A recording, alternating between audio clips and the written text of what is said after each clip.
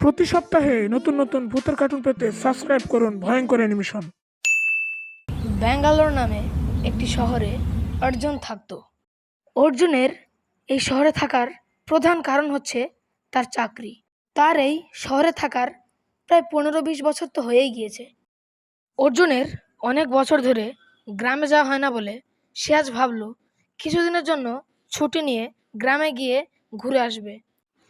এই জন্য সে তার বসের কাছ থেকে ছুটি নেয় এবং তার বস এতে রাজি হয়ে যায়।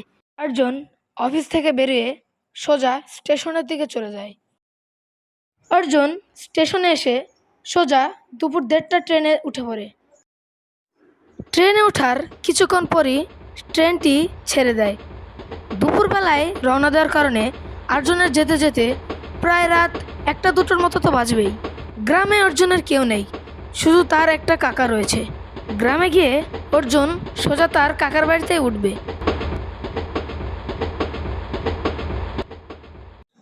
12 ঘন্টা জার্নির পর অর্জুন তার নিজের গ্রাম জামডাঙ্গায় পৌঁছে যায়।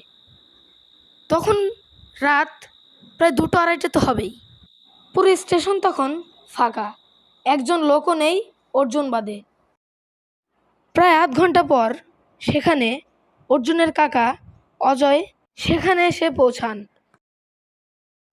আরে অর্জুন বাবা, কত বছর পর তোর এই মুখ দেখছি।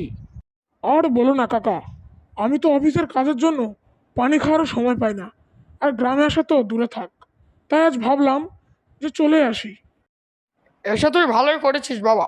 আমার আর একা থাকতে এই গ্রামে ভাল লাগে। তুই এলি, আমার একটা সঙ্গী হলো। হ্যাঁ কাকা, তুমি ঠিকই বলেছো। আমার শহরে একা একা থাকতে ভালো লাগে না, আমারও একটা সঙ্গী হলো। আচ্ছা চলো, তাহলে এবার আমরা বাড়ি যাই, নাকি স্টেশনে সারা রাত পার করে দেব? ও হ্যাঁ, ওই তোকে এত বছর পর দেখেছি তো, তা আমি ভুলেই গিয়েছি যে এটা স্টেশন। আচ্ছা চল বাড়ি যাই, তাড়াতাড়ি আয়। এরপর অর্জুন আর অর্জুনের কাকা বাড়ির দিকে রওনা হয়। অর্জুনের কাকার বাড়ি যেতে হলে এক অদ্ভুত পরিত্যক্ত লাল বাড়ি পেরিয়ে যেতে হয়। অর্জুন আর অর্জুনের কাকা যখন এই লাল বাড়ির সামনে দিয়ে যাচ্ছিল, তারা কার একটা যেন ডাক শুনতে পায়। দাঁড়াও, যেও না, আমাকে মুক্তি দাও, আমাকে এই অশুভ বাড়ি থেকে মুক্তি দাও, মুক্তি দাও, আমার বাড়ি আমাকে ফিরিয়ে দাও। দাঁড়াও কাকু, কার যেন আজ শুনলাম। শোন অর্জুন বাবা, এইসব বাড়ির সামনে দাঁড়িয়ে বেশি কথা বলা ঠিক না। আমি তোকে বাড়ি গিয়ে পুরো ব্যাপারটা খুলে বলবো। এখন চল এখান থেকে। এখানে বেশিক্ষণ দাঁড়িয়ে থাকা মানে নিজের মৃত্যু নিজেই নিয়ে আসা। এম, ও আচ্ছা, ঠিক আছে চলো।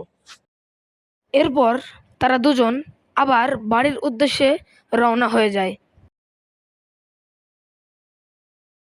কিছুক্ষণ পর অর্জুন আর অর্জুনের কাকা অজয় তাদের বাড়িতে পৌঁছে যায়। বাড়িতে পৌঁছে সবাই খাওয়া দাওয়া সেরে সঙ্গে সঙ্গেই শুয়ে পড়ে। অর্জুন বিছানায় শুয়ে এক বিন্দুও চোখের 2 পাতা এক করতে পারছিল না। সে মনে মনে কি একটা বিষয় নিয়ে যেন বারবার চিন্তা করছিল। আরে, এই ব্যাপারটা তো আমার মাথায় ঢুকছে না। যে বাড়ির পাশ দিয়ে আমি আর কাকা যখন হেঁটে আসছিলাম, কে আমাকে ডাক দিল পেছন থেকে, বলছিল মুক্তি দাও, আমার বাড়ি আমাকে ফিরিয়ে দাও। এগুলোর কিছুর মানেও তো বুঝতে পারলাম না।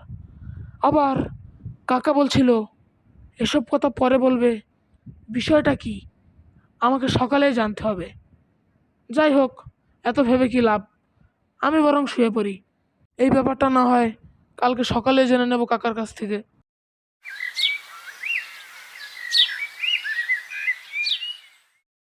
পরের দিন সকালে অর্জুন তার কাকার সাথে কি একটা বিষয় নিয়ে যেন কথা বলছিল।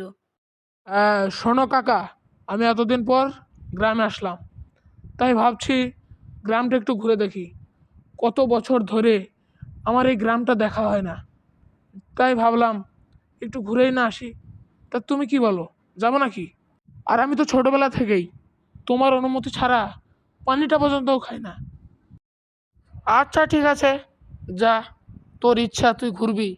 এতে আবার আমার অনুমতি নেওয়ার কি আছে? তবে একটা কথা মনোযোগ দিয়ে শুনে রাখ। ওই যে কাল রাতে যে বাড়ির সামনে দিয়ে আসলাম না, ওই বাড়ির সামনে ভুলেও যাবি না। সামনে তো দূরে কথা, আশেপাশেও থাকবি না ওই বাড়িটার, বুঝলি?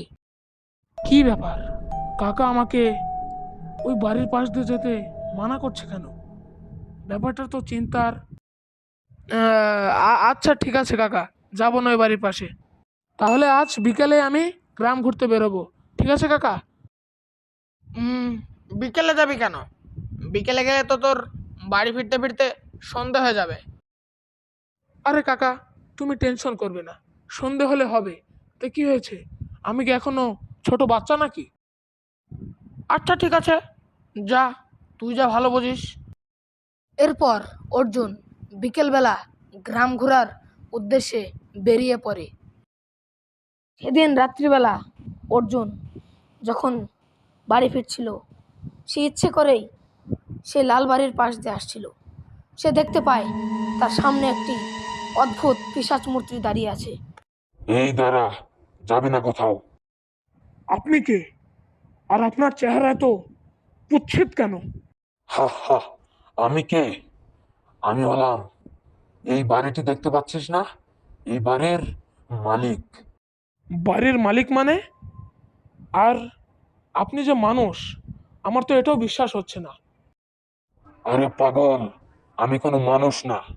আজ থেকে প্রায় 15 বছর আগে আমাকে মেরে ফেলা হয়েছে। আপনাকে মেরে ফেলা হয়েছে মানে? কারা, কখন, কিভাবে? কিভাবে মেরে ফেলা হয়েছে শোন তাহলে। আজ থেকে অনেক বছর আগে আমি এই জমিটি লটারিতে জিতি। এই ঘটনা দেখে গ্রামের কিছুর লোভী ডাকাতের মনে লোভ জেগে ওঠে, আর তারা আমাকে মেরে আমার বাড়ি জমি সব হাতিয়ে নেয়। এরপর থেকেই আমার আত্মা এই বাড়ির চারপাশে ঘুরে বেড়ায়। তুই যদি আমার এই বাড়ির জমি গরিব অসহায়দের নামে লিখে দিস, তাহলে আমি আজীবনের জন্য আমি এই বাড়ি এবং এই গ্রাম ছেড়ে দেব। আচ্ছা ঠিক আছে, আমি এই বাড়ি গরিব দুঃখীদের নামে বিলিয়ে দেব, কিন্তু আমি আপনার জমির দলিল কোথায় পাবো? তুই এই বাড়ির দলিল এই বাড়ির পেছনের একটি গাছের পেছনে পাবি। এরপর অর্জুন সেই বাড়ি গরিব দুঃখীদের নামে লিখে দেয়। এরপর থেকে এই বাড়িতে কোনো পিশাচ বা কোনো ভূত প্রেত দেখা যায় না। আর আমাদের আজকের গল্প এখানেই শেষ। আমাদের এই গল্পটি যদি ভালো লাগে তাহলে ভিডিওটিতে একটি লাইক দেবেন আর চ্যানেলটিকে সাবস্ক্রাইব করবেন, যাতে আমি নতুন ভিডিও আপলোড করলে সবার আগে আপনার কাছেই পৌঁছায়। ধন্যবাদ।